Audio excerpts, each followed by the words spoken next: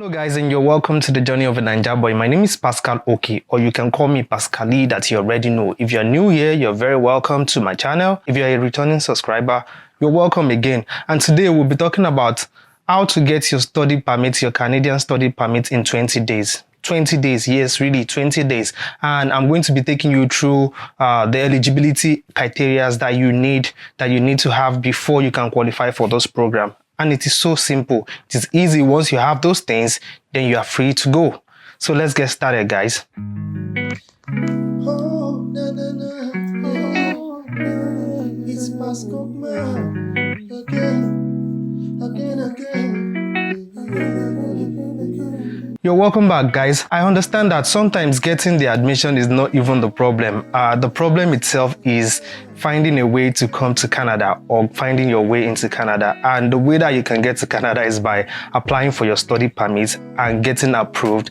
Then you are free to come or enter into Canada. So after you must have gotten your admission with the university that you've applied for or the colleges that you've applied for, what are those things that will make your coming into Canada very easy and very smooth? So there's a program organized by the Canadian government, and it is called the Student Direct Streams, and there are certain countries that are really eligible for this program, and I'm going to be listing the countries that are eligible for this program. The countries that are really eligible for the program are not much, and this information that I'm giving to you today is on the Canadian immigration website. I'll give a link to the page that you can check this and see all the full requirements by yourself. But today we are going to go through it, and I'm going to make it as simple as possible. So if you're ready for me, I am ready for you. So what are the countries that are eligible for this program? The countries are this. We have China, India, Morocco, Pakistan, Philippines, Senegal, and also Vietnam. And if you're watching from Nigeria, not to worry, there's also a Nigerian Student Express program, and I'm going to be talking about that in this program too. The Nigerian Student Express program and the Student Direct Stream, they are almost alike, and I'm going to be telling you where they are alike and the differences that they have too. So let's get started then. What are the requirements that you need to have before you can qualify for the Student Direct Streams or the Nigerian Student Express? Well, the number one thing that you need to have is a letter of acceptance from the university or the college that you've applied to. This is really important because the college is the one showing that you have a purpose for coming to Canada. And if you have been someone that have applied before and you've been rejected, like I was rejected once, and I'm going to tell you more stories about how I was rejected too. The first thing that you know is that you need to get a letter of acceptance from your school, and that is the thing that is showing your purpose of travel, because that's one thing that they tell you, that why are you traveling? Why do you want to come to Canada? Yes, I'm coming to come and study. And what shows that you want to come and study in Canada other than your letter of acceptance?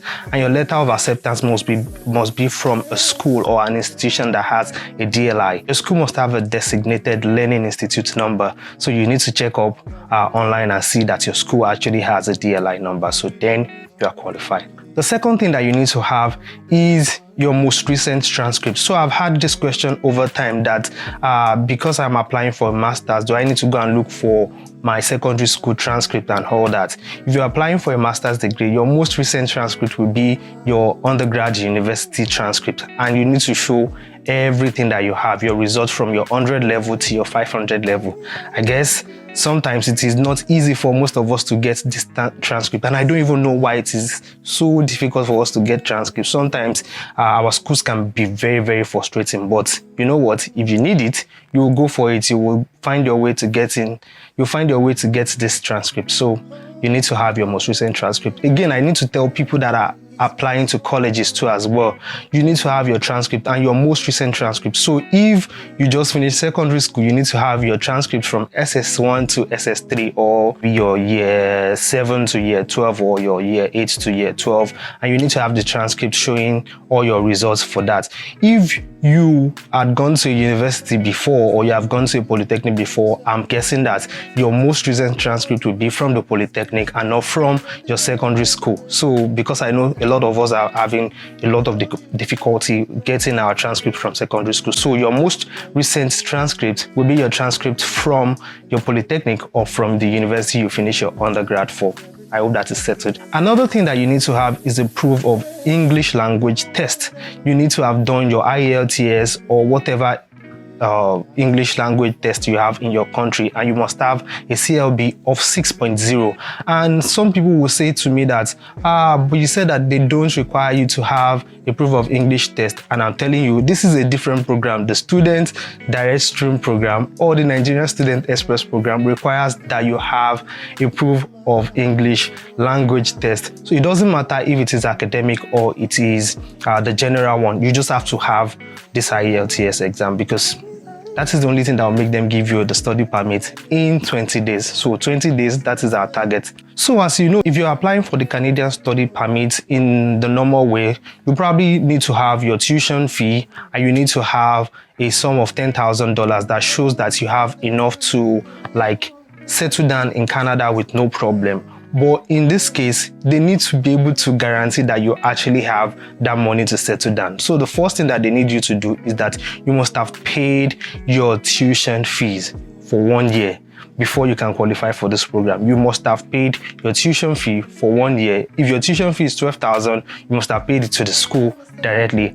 And the other $10,000 that they always ask you to show in your bank statement, you wouldn't need to show it in your bank statement again, but then you will need to pay it into a bank in Canada, a Canadian bank, and they're going to issue you what they call a guarantee investment certificate from Canada. Once you're issued this certificate, it means that your money is saved in a bank in Canada, and the only time that you will ever have access to this money is when you get to Canada. And what they do is that once you get to Canada and you verify that this person that has paid you this money, they give you part of your money to settle down first, then they would be giving you your money instrumentally, maybe on a monthly basis or so, till your money is exhausted in 12 years or in 12 months or so. So that is the major difference between the normal Canadian study permits program and the Student Direct Stream.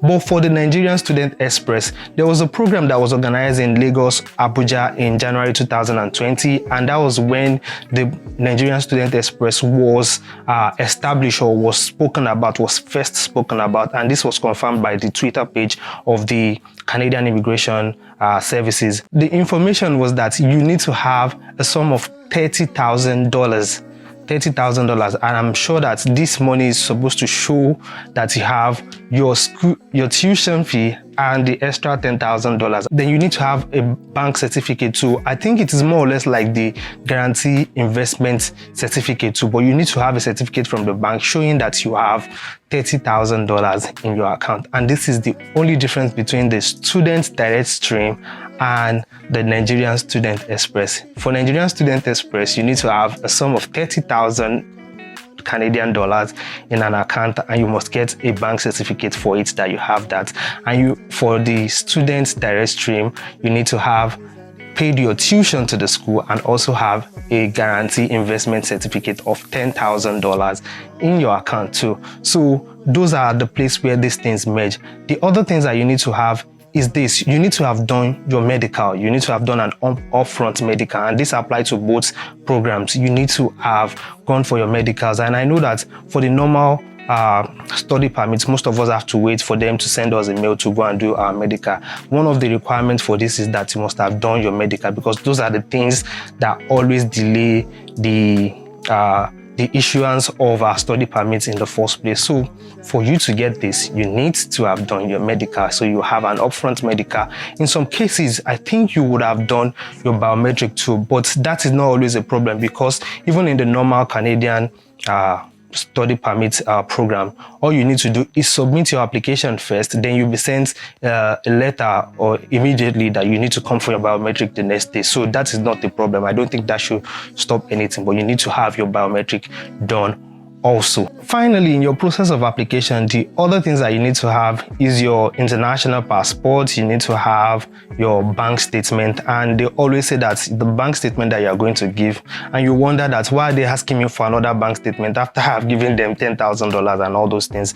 I just guess they just want to know everything about you. If you have money in your bank, it's still good, but they'll say to you that the bank statement that you are going to provide, you must be actively using that bank for like 12 months and you must have like transaction history of like 12 months or 6 months to 12 months. So that is the only thing that they need to see. So your bank statement, your international passport, or your other documents, the other documents that you need, I'm going to be giving you a link in this video description for you to go through and see where you can download all the forms that you need for all your application. Any immigration application that you need, you will see it there.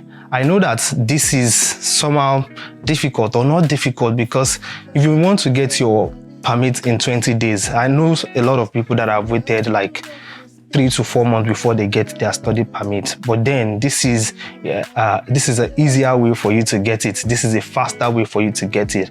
How you are going to get it has been stated, and I'm telling you that if you can have all these things that has been required from you, then you will get your study permit in 20 days, because it is a guarantee from the Canadian government. And like I said, I am not a professional in this thing. All the things that I've said today, they are researched, and you should look them up too, because I'll be giving you the link to those pages that you can look them up and find the full requirements. If you have any other question, please drop them in this video section. And if you're watching me from a different place apart from the countries that I've listed in this video for the students direct stream, you should put your country in the comment section, and I'm going to look up things that apply to your country and how you can easily get into Canada through study or through immigration. Till next time that I meet you again, if you have not subscribed to my channel, please subscribe to my channel, and know that I'm going to see you in a little while. So thank you very much for watching, and till next time that I see you again, have a wonderful time. Bye.